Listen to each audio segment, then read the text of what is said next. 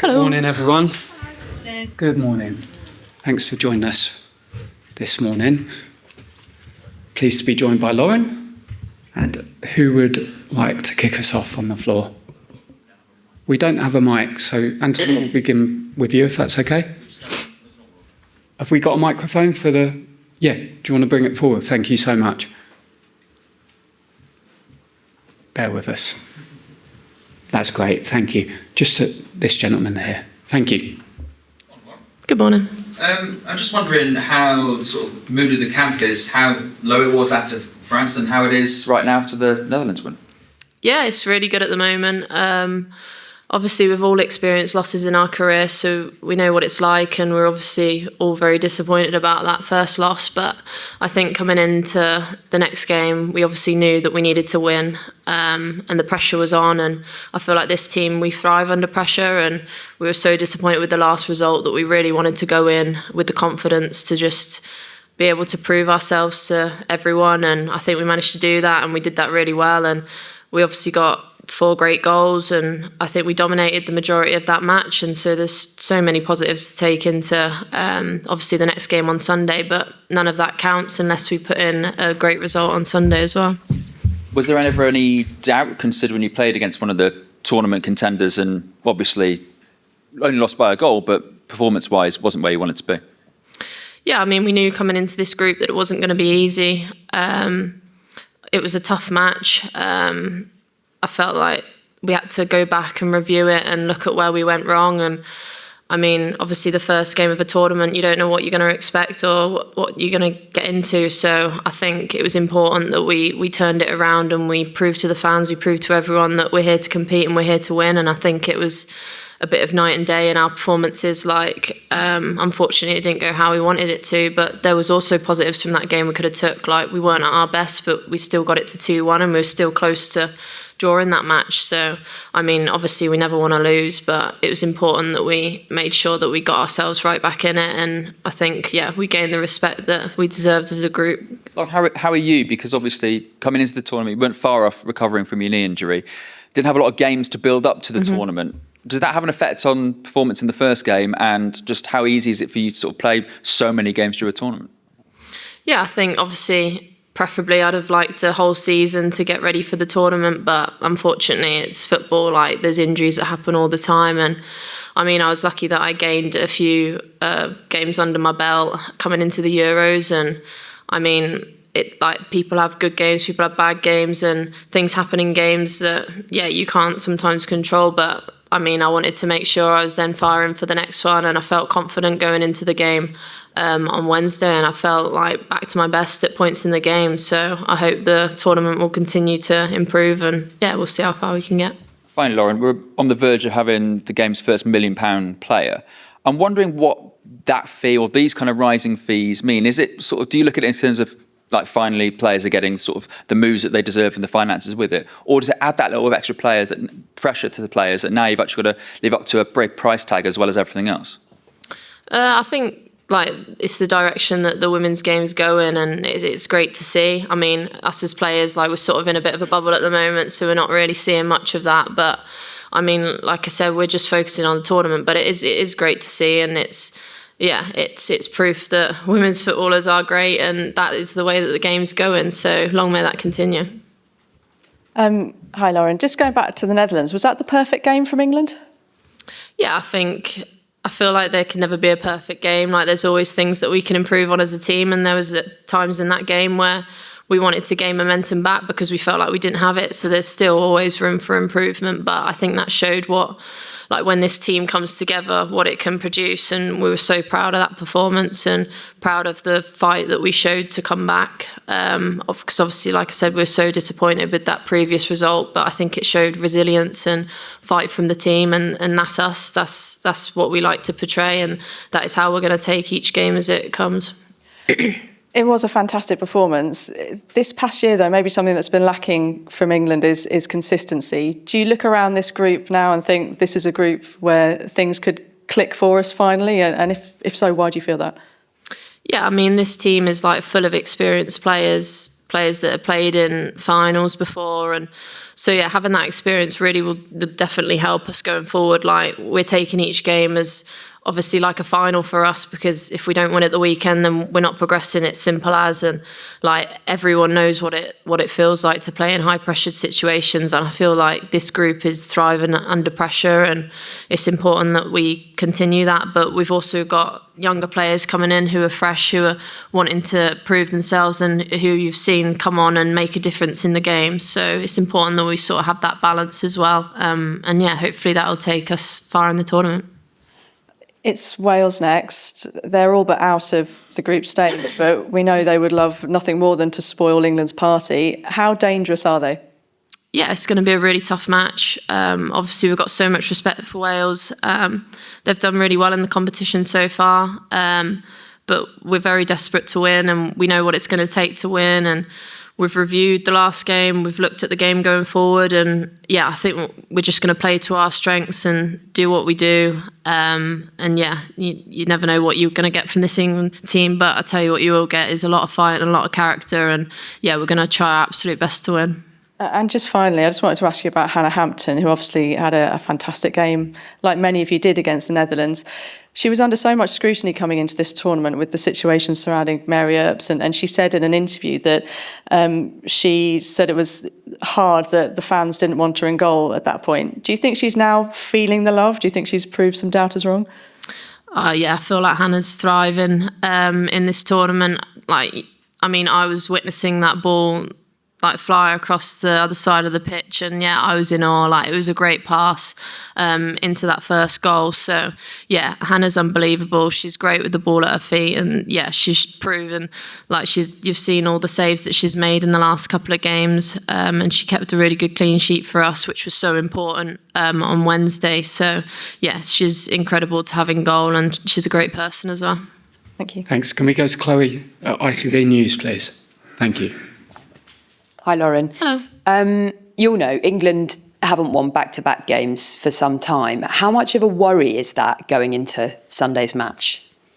Well, we also haven't lost back-to-back games as well, so that's a bonus. I mean, like, our full focus is on Sunday, and we're really looking forward to it. And like, I feel like you can feel the confidence in this camp running through everyone. Like, we had a great result, so I mean, obviously we're hoping for that exact result on Sunday as well, and we're going to do our best to play out our strengths and have that togetherness as a team that we had on Wednesday and that we showed. And we fought for every ball, we won every second contacts and things like that. So it's just important that we take the things that we did so well on Wednesday into that game on Sunday.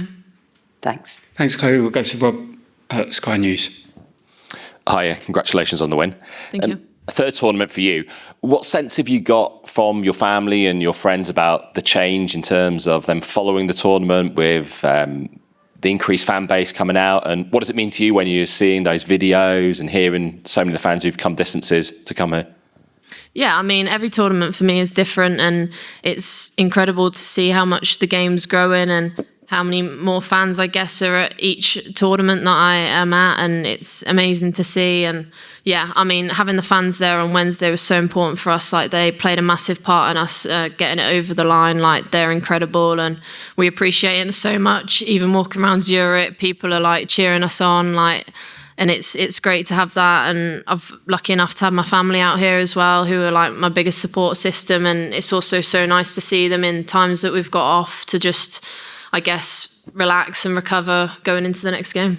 Have you had a chance to walk around Zurich and see some of the atmosphere? I have a little bit, yeah, and it's so nice. Especially like when we're watching other games, like, and you see so many fans walking about, like, it's incredible to see, and it's nice to be involved in that, and also so close to the city that if we want to, we can experience that. But I feel like a lot of the time we've just sort of stayed in our bubble and stayed around the hotel and things like that, but we're all getting together and watching the games. Thanks, Rob. We'll go across to Emma at the BBC. Thank you. Hi, Lauren. I just want to ask about this proper England phrase that's obviously been spoken about loads. I just wonder where that kind of came from, and was that a messaging that was specific to kind of bouncing back from that France defeat, or is that a messaging that, you know, was spoken about before coming into the tournament? Yeah, I think we've spoken about it a lot. I think off the back of that disappointing result, it was a bit more reinforced and sort of taking a step back and remembering why we're here and how we all got here, the journeys that we've been on. We've touched on that a lot. Coming into all the prep camps, we've all spoken about our journeys and what it feels like to be here. And I think sort of us going back and remembering all that, especially after that first game, that disappointment, it's like, right, we're here to win. Like, we want to do that. And I think that just showed the mentality of the group to be able to bounce back in the way that we did do. Like, we didn't just beat them 1-0, like we beat them convincingly, and we put in a great performance that this England want to show. And I think it's about like that fight in us that we've all got, and everyone's got it all in different ways, and we all showed that. It's not like one person turned up, every person on that pitch did their job, and like that's what we want to take into the next games. But it was definitely reiterated that like it's not just a one result, like we want to continue this throughout the tournament, and like we know what it takes to win, and we're going to try and do that. Yeah, when you say that was reiterated, was that led by Serena, or was that, from the leadership group? Who was it that kind of...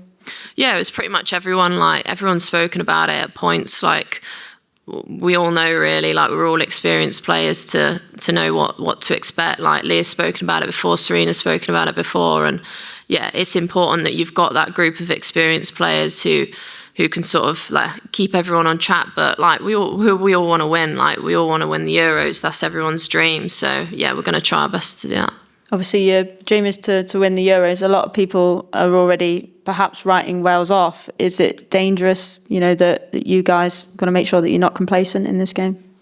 Yeah, we definitely won't go into the game complacent. Like, Wales have done well this tournament. They deserve to be there, and we've got so much respect for them.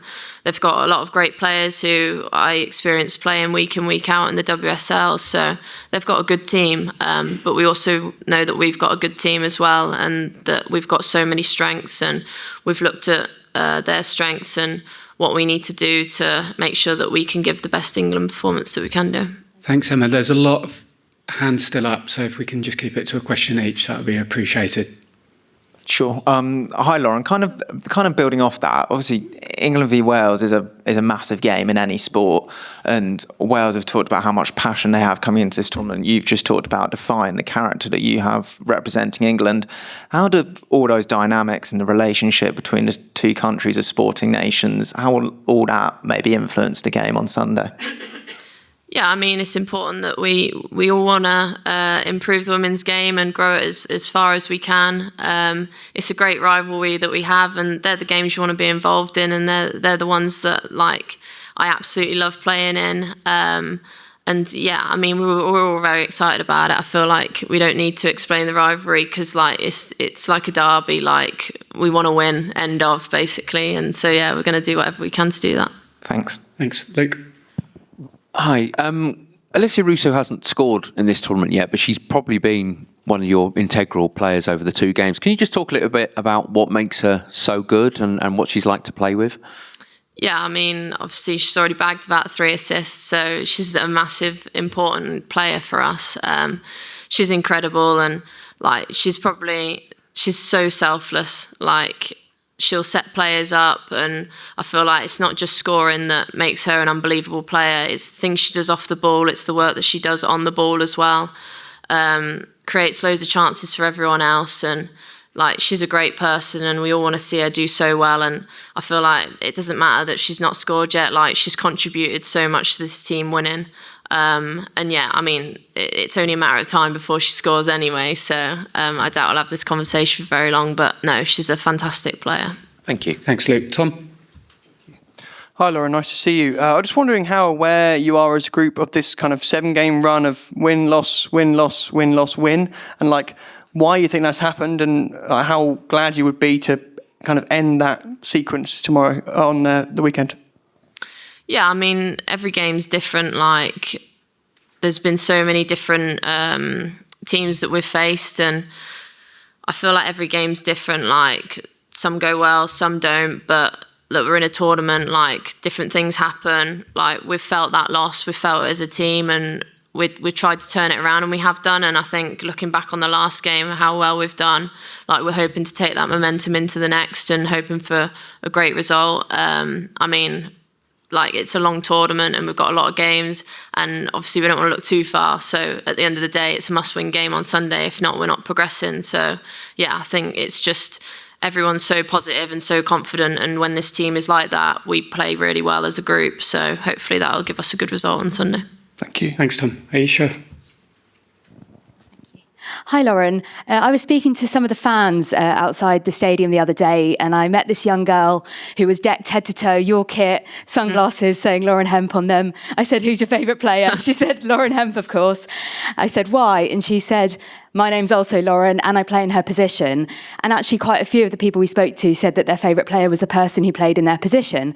And I just wondered whether you guys ever take a moment to reflect this impact you guys have had and continue to have in terms of inspiring the next generation. Yeah, I mean, it's great to be role models. Like, something we always hope for is to bring that younger generation with us and, yeah, really show them what it takes to be a women's footballer. And, like, I mean, we're all loving it here at this tournament as well, and we want to show people that just doing the thing that you love can also be your job, and it's important to show that as well. And I mean, it, like I said, when walking around Zurich, it's so nice to see younger girls, younger boys, like wanting to grow up and be like you. Like it's incredible, and for me, it makes me so proud. And remembering the journey that I had once when I was a young girl, wanting to grow up and be like Jill Scott, like Steph Orton, like. Yeah, it's so nice to see, and it's so great to be able to pave the way and to show girls that your dreams can come true. Thank you. Can we go to Adrian at the back, please? Thanks. Thank you. Hi, Lauren. Congratulations on the result. I want to talk about your contribution to the third goal, because Hannah's already booted it up and Alessia Russo's won it.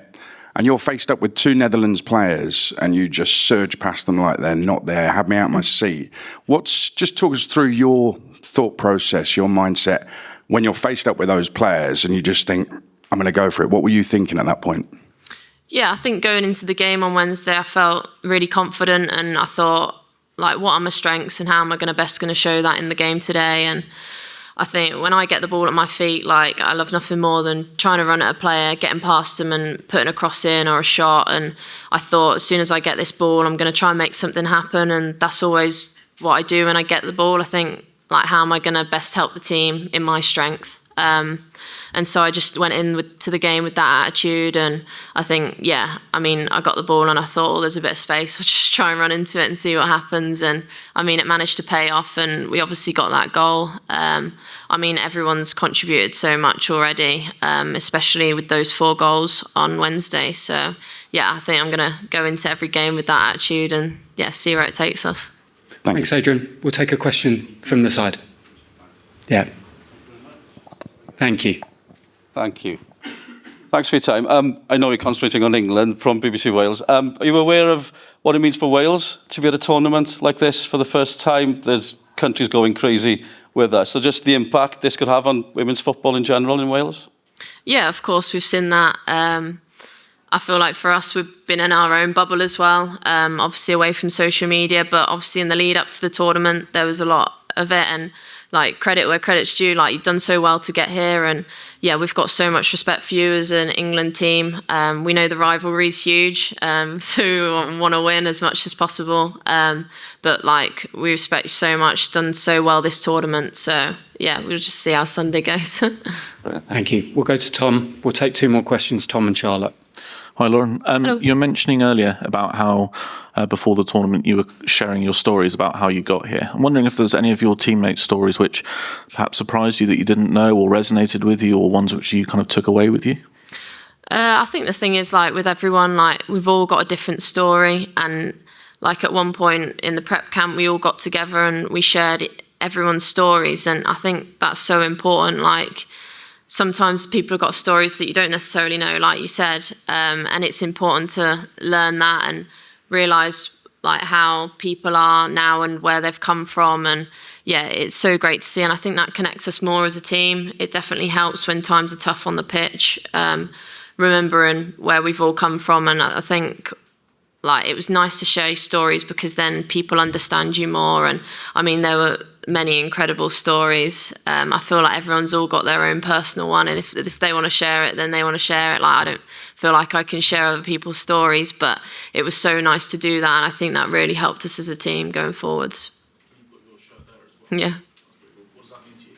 Yeah, I mean, it means so much. Like, I come from an area where there wasn't many opportunities. Like, I played for a boys' team when I was younger. There weren't many girls' teams around. And looking back now and seeing how many girls' teams there are, how many girls taking up football, even the boys' games growing, like, from the area that I am from, and it's incredible to see. And like, I always get messages of girls being inspired, and it's great from where I'm from, like, because there wasn't many opportunities growing up, but now I see so many opportunities, and yeah, it just makes you remember like all the hard work that you have done, and seeing that obviously when I go back home. Thanks. Hi, Lauren. Hello. Just a quick follow-up on that. Is that a new thing? Because I believe you did that before Euro 2022 and the World Cup. So do you do that before every major tournament of sharing stories, and specifically in the pre-camp? Yeah, I think that this year I feel like we definitely delves a bit deeper into everyone's own personal story, and I mean, it was great. Like, obviously 3 years ago we had different players as well, so it's nice to hear the girls who are fresh coming in, like, their new stories, and hearing what it was like for them growing up, and their why, I guess, and why they love playing football, like where they come from. And yeah, I mean, it's important to do that, like, especially like we're spending a month together, hopefully. We want to find out everything that we can do. Like, they're our family in here, and we're together as a group, and it's important you know every single bit about someone to help you through everything. And you just said that you can feel the confidence running through the camp. Like, confidence is such a abstract concept. It's a feeling. Mm-hmm. But is there anything tangible or specific examples that you've seen, or mannerisms or behaviours or words of advice that illustrate that confidence? I think, like I said earlier, like, everyone did their job on Wednesday, and I think that just proves, like, when this team is at their best, like, what we can achieve. And I think that's shown confidence in everyone. Like, everyone played to their strengths, everyone did their job, and they did their job really well. So I mean, like, it's hard when you get that feeling, you just don't really know how to describe it. But leading into the game, no one was fazed. Everyone was calm, everyone was relaxed, and we knew what job we needed to do, and it didn't scare anyone, and you definitely didn't see that on the pitch. Like, it made everyone excited, and like, it made the fans excited, hopefully, from that performance that we put in, and that is the England we want to show every single game that we play. Super, thank you. All the best for Sunday. One final question from Holly, and then we'll end it there. Thank you. Thank you. You just mentioned, following up on Tom's question about the area that you're from, I just wondered, obviously having said what you said about kind of the rise and interest in football, women's football, if you're recognised when you go back home, you know, you're out in the street, and what that's like for you? Yeah, I do get recognised quite a bit. Like, when I'm fortunate enough to go home, it doesn't happen very often that I get to go home, but it's so nice when I do. And yeah, I do get recognised quite a lot in the town centre, especially. I definitely get recognised more there than I do in Manchester, that's for sure. But yeah, it's so nice going home. Like, so many people come up to me, not just asking for a photo, but explaining their story and how I helped them get involved in playing football, and I feel like that's so special, and that's what I keep close to me, and like, it's so important that I'm able to do that. And I see old teachers that I used to have growing up. Like, it's just so nice to see everyone that's played a part in my journey growing up to be where I am today. Thanks, Holly. Thanks, everyone. We'll call it a day there, and we'll see you again soon. Thanks, guys. Thank you. Bye-bye. Thanks. Thanks, Luke.